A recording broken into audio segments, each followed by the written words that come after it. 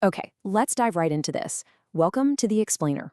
Today, we're unpacking a truly fascinating year-long review that tackles one of the most persistent, deeply complex challenges in the English school system today. We are looking at the independent inquiry into white working-class educational outcomes. Now, this is an extensive report. It was commissioned by the Multi-Academy Trust, Star Academies, and supported by the Department for Education. We're going to look at exactly why a very specific demographic is struggling so much, and more importantly, what can actually be done to fix it. So, let's get started. Here's our roadmap for the session. First up, the core problem. Then we'll look at the student experience, academic versus vocational paths, the 24 recommendations, and finally, the path forward. All right, part one, the core problem. Right out of the gate, the inquiry paints a pretty stark picture. I mean, we are looking at a massive systemic failure that persists in the English school system right now. The co-chair of the inquiry, Baroness Morris, who actually served as education secretary under the Labour government over 2 decades ago, made a really sobering point. She noted that despite 30 years of various educational initiatives, literally nothing has significantly or sustainably boosted the performance of these specific students. So how big is this issue? 1.25 million.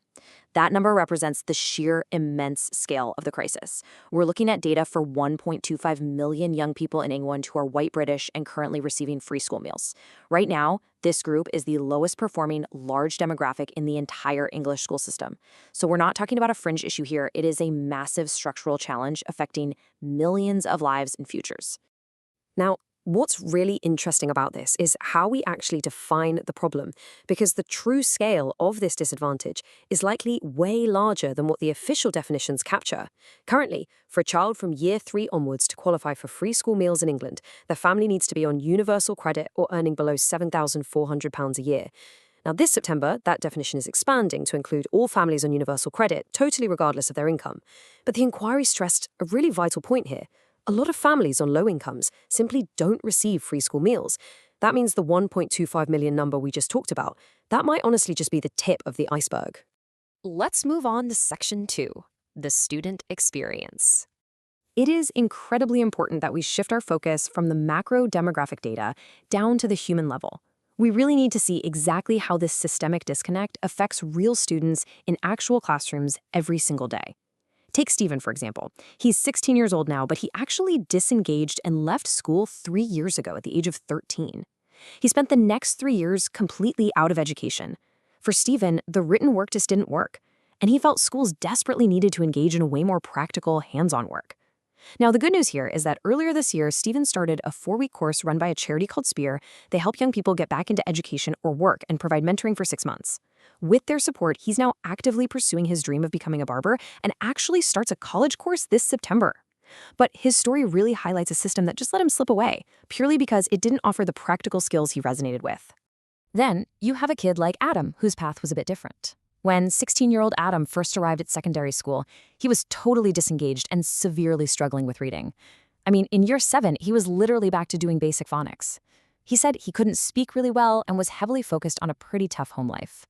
But over the next 6 months, he learned to read in the school library. He caught up with his peers, totally fueled by his teacher's constant encouragement, telling him whatever you believe in, you can achieve. He also had the amazing support of his granddad, who made him revision flashcards and taught him the value of hard work. And now, Adam has finished his exams and is going on to do A-levels in law, politics, and business at his local college. It's a completely different outcome, made entirely possible by targeted personal support. You know, what both Stephen and Adam absolutely share is that they are proudly working class. When the researchers actually went out and spoke to children, families, and communities, they heard powerfully about the joy, the pride, the humor, and this really strong sense of community identity that comes with being white working class. The inquiry made it absolutely crystal clear. The goal of education reform is not to try and change these communities. Not at all. The task is to build an education system that better recognizes, values, and actually builds upon these inherent existing strengths. Which brings us to section 3, academic versus vocational paths. And this brilliantly illustrates the fundamental disconnect. To understand exactly where the system is failing these students, we have to look at the massive gap between what schools are currently offering and what these families actually expect and want for their kids. There's a core conflict at play here. On one side, the school system heavily emphasizes academic progression, right? Constantly pushing students toward higher education and university degrees. But on the flip side, the inquiry found that a lot of these families place a much greater importance on the social experience of school, and they deeply, deeply desire high-quality vocational options, like apprenticeships, right, in their own local area. So you have this fundamental mismatch between the destination the school is driving toward and the destination the family actually values. Because of this huge mismatch, the inquiry pinpointed a very specific breaking point, and that is the transition to secondary education. This is the precise, crucial moment where students often start to disengage. The inquiry found there's a growing belief among white working-class families that the current education system simply does not guarantee future success. So think about it. When these students enter secondary school, look ahead, and don't see a clear, valued path to the local, practical careers they actually want, their motivation just drops. They essentially disengage right when their secondary education is just getting started. So how do we fix it? Section 4, the 24 recommendations. The inquiry is basically calling for sweeping, once-in-a-generation reforms that touch on everything, from early years support to improved mental health, and even restricting smartphone use in schools. But before we get into the specific policies, we really have to grasp the guiding philosophy here.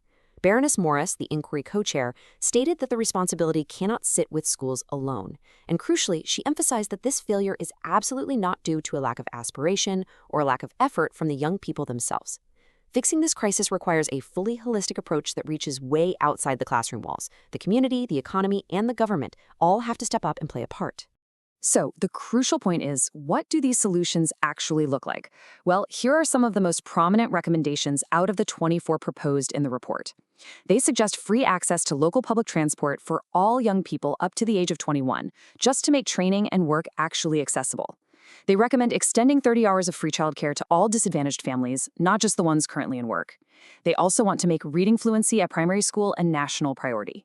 And finally, a major, massive expansion of local apprenticeships so anyone who wants one can get one.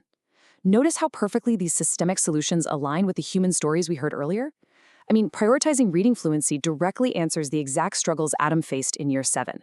Expanding local apprenticeships provides the precise vocational path that Stephen needed to stay engaged.